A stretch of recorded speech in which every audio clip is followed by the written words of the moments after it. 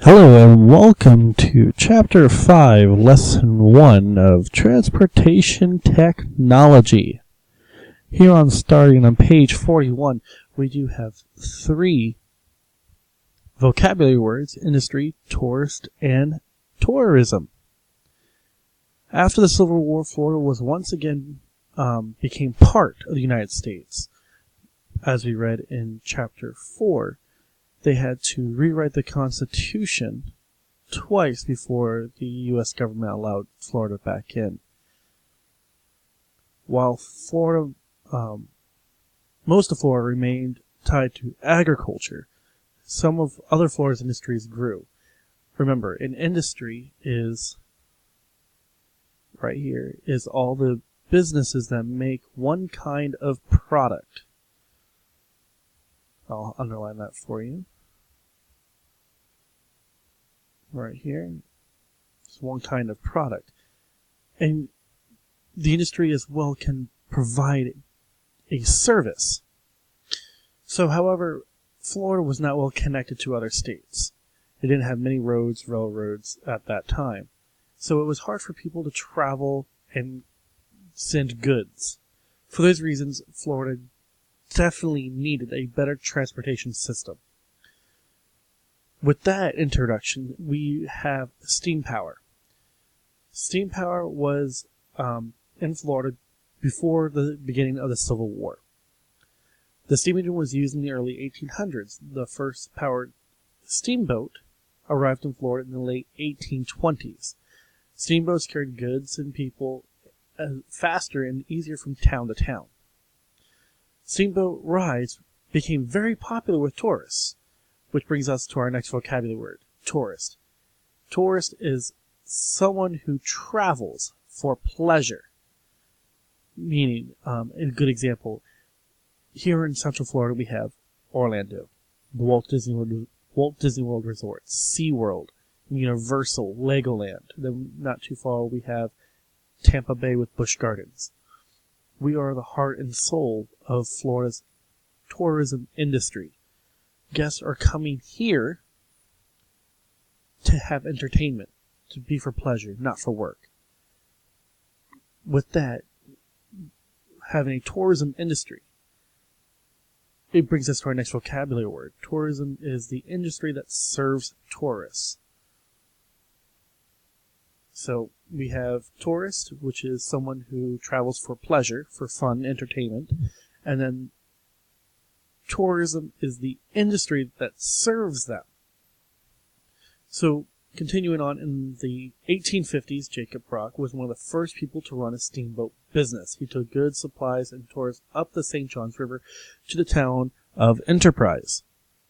Hubbard Hart later opened a steamboat route to Silver Springs, which is located in Ocala, about an hour and a half north of us. Trains could also be powered by steam engines. Look at the top of the page. We have a picture of a steam engine locomotive. Steam engine powered trains came to Florida in the 1830s. By 1860, railroads connected the Fernandina on the Atlantic coast to Cedar Key on the Gulf. Farmers and merchants shipped crops, lumber, and goods, anything they could think of, along this railroad. On page 149, we had the distant purchase. After the Civil War, Florida had a lot of debt to pay back. So in 1881, the following year, Hamilton Diston solved this problem.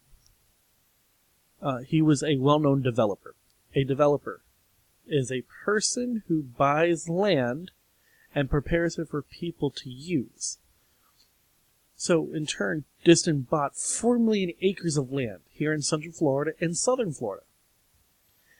An acre, to give you a good idea, is about the size of a football field, which is about 100 yards, okay, from field goal to field goal.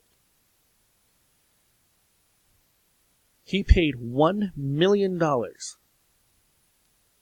for these 4 million acres. So if you have 4 million acres divided by $1 million, that's 25 cents an acre that he paid during this time.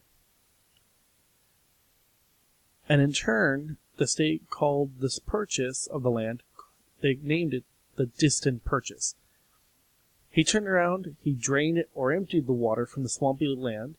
It can now be used for farming, agriculture. You could think of it, you can name it, that's what happened to it. With this purchase, it also gave Florida the money it needed to pay the money that it owed to the government after the Civil War. Okay, so here on the spread on 148 and 149, you do have two questions.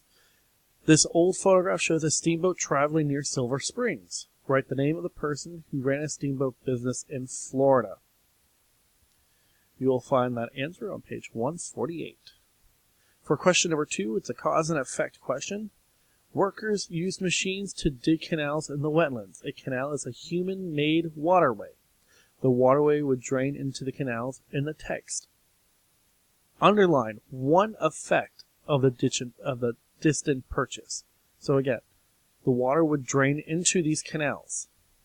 In the text, underline one effect of the distant purchase. So we come up to the spread on 150 and 151, talking about the Florida Railroad, as well as Henry Flagler. With the distant purchase, it allowed the railroads to boom, to grow. The state had land to sell to wealthy railroad developers. William D. Chipley expanded railroads into the western panhandle. He also built a line that linked Pensacola to eastern Florida. And then these railroads headed north. These railroads helped create new cities. They also caused small towns to grow. One such town was Caryville. Caryville was in the Panhandle. For many years, people came and worked in the timber industry. Another vocabulary word, timber. Timber comes from trees that are cut down for wood. Right there. Tree comes from trees that are cut down from wood. The timber industry grew because of the railroads. They were able to use the railroads to ship the wood from where it was grown to town where people could buy it to build homes. Like I just said, the timber industry grew because of the railroads. Okay, and then we have Henry B. Plant. He brought railroads to the Gulf Coast. Plant was from Connecticut, so he was a northerner. He owned a shipping company. After the Civil War, he started buying southern railroads. He added new lines to them. By the 1880s, the Plant system of railroads linked Jacksonville, Orlando, and Tampa. Pretty much, if you think about it, it's the I-4 corridor, going from the northeast down to the central west along the coast. His Tampa Bay hotel became a favorite place for tourists to stay at when they were on vacation in Florida. Okay, people love the beach. Why not? And then we have one of our famous Henry Flagler. He brought railroads to Florida's Atlantic coast. We know this when we studied St. Augustine and we visited St. Augustine. He was from New York. He made his fortune in the oil business. In 1883, Flagler visited St. Augustine. He loved it so much that he thought it needed a grand hotel, which in turn would bring wealthy tourists so they could stay at a nice hotel. So in 1885, he built the Hotel Ponce de Leon in St. Augustine, which is now the Flagler College main campus. Since the builders needed supplies, Flagler simply bought a railroad to get it to them. So he ran it from Jacksonville to St. Augustine. Over the next 9 years, which is almost a decade, Flagler extended his railroad south. Along the railroad, he built other fancy hotels. In 1894, the line reached Palm Beach. Flagler planned to stop there, but a big freeze hit the area that winter. So he changed his mind. He decided to push the line farther south. Then a gal in Miami by the name of Julia Tuttle was an owner along the Miami River. She had an idea. She offered him some of her land so that he could bring the railroad to Miami, and he agreed. In 1896, Flagler's Florida East Coast Railway reached the Miami River. He started building the Royal Palm Hotel. He also helped the new city of Miami. He built a power plant and a water system.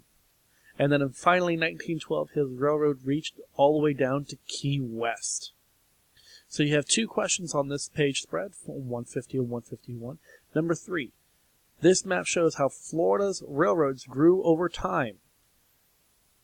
You're to circle the cities that were connected by railroads in 1860. A good hint would be to look at the key to help answer those questions. Okay, remember, 1860, connected by railroads in 1860. Number 4 on page 151 is a sequence. So you're going to read the 4 sentences. Then you're going to write the numbers 1, 2, 3, and 4 to arrange them in the order that they happened. So you will have to reread that entire section of Henry Flagler on page 151 to answer that question. Alright, continuing on to page 152. Tourism. Railroads were expanding and Florida's tourism industry was growing. Florida was a sunny, warm place to visit. Many people come to expect the cold to escape. Many people came to escape the cold in northern states. Others came because the climate was thought to be healthy. Meanwhile, others still just want to come for fun, get out of the cold. Why not? People came to swim, play, golf, fish, you name it, in the sun, that's what they did. Some just came to see the sights. There were alligators, dolphins, birds, other wildlife. One popular spot, again, was Silver Springs. They were able to ride in a glass-bottom boat. They could see the fish, the caves, and the springs below just by looking through a piece of glass in the bottom of the boat. Hotels were an important part of the tourist industry. Both Plant and Flagler built grand hotels here. They included Plant's Tampa Bay Hotel and Flagler's Royal Poinciana and the Breakers in Palm Beach. So they had 3 places to visit here in Florida. From what they have said, these hotels were as large as a palace. It's huge at that point. Many wealthy people from the northern United States loved Florida. Some even built winter homes here. Flagler built a mansion in Palm Beach called White Hall. Today it is a museum and tourist attraction. Then we have John Gorey. He was a tourist who loved visiting Florida, but it was very hot and humid here. But he helped with that.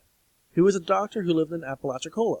He was looking for a cure for a disease called malaria. He felt his patients should stay in a cool, dry spot, or room, or climate. So, with Florida being as hot and humid, he invented a way to cool down air. Years later, his idea was used to create both air conditioners and refrigerators. Both people that love the heat, the sun, or people that just want to get away and, not deal with the cold, they could visit Florida and cool off in air conditioning in their hotel room, in their work building, wherever it may be. So, we have 4 questions between 152 and 153. Number 5, the tourism industry used colorful posters to attract visitors to Florida. Look at the poster, okay? This is what I want you to do. You need to write the name of one activity shown. There's a bunch of activities on that poster. Just write down one. It's not that hard, I promise. Number 6, think about activities the tourists enjoyed 100 years ago. So back then, in the 1880s, they went swimming, went golfing, went sightseeing. What else did they do during that time frame? Okay? And then think about what they're doing today. Swimming, sightseeing, what can they do present day Florida? Okay? Number 7, cause and effect. What effect did the growth of railroads have on tourism in Florida? Okay, you'll find that answer right there in the textbook. Number 8 is the year 1900. Think about this. It's 1900. Your family owns a small hotel in Miami. How are the railroads going to help your family business grow? Okay? Think about that. And then, with the stop, wait, and go, what do you need help with? Come ask me a question. I'm here. Message me on Dojo. Okay? Same thing. If you need help, I'm here. If you have a question, ask it. And then what do you know?